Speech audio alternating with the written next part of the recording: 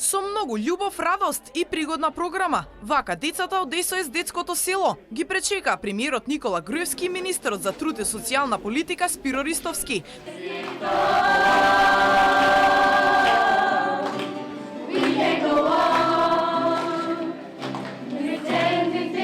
Посекувајќи им среќни празници, премиерот и министерот на штитениците на детското село им врачија пакетчиња и им подарија телевизор, DVD и спортски реквизити.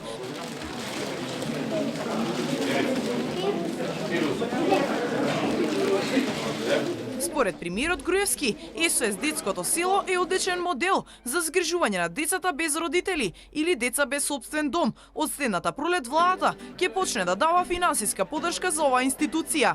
Денеска со особено задоволство дојдов да го посетам СОС детско село и да ги видам децата што се тука, да видам како престојуваат, да им посакам среќна нова година, да им дадам по некои поклони, се разбира да испратам сигнал, што е најважно до нив, дека не се заборавени, дека државните власти се секогаш тука кога може да помогнат. Освен ова, веќе на владата помина информација со која што од првата половина на следната година, значи некаде до крајот на првата половина на следната година, владата ќе започне со поддршка на СОС детско село. Тоа досега се финансираше главно од меѓународна хуманитарна организација и од некои локални спонзори.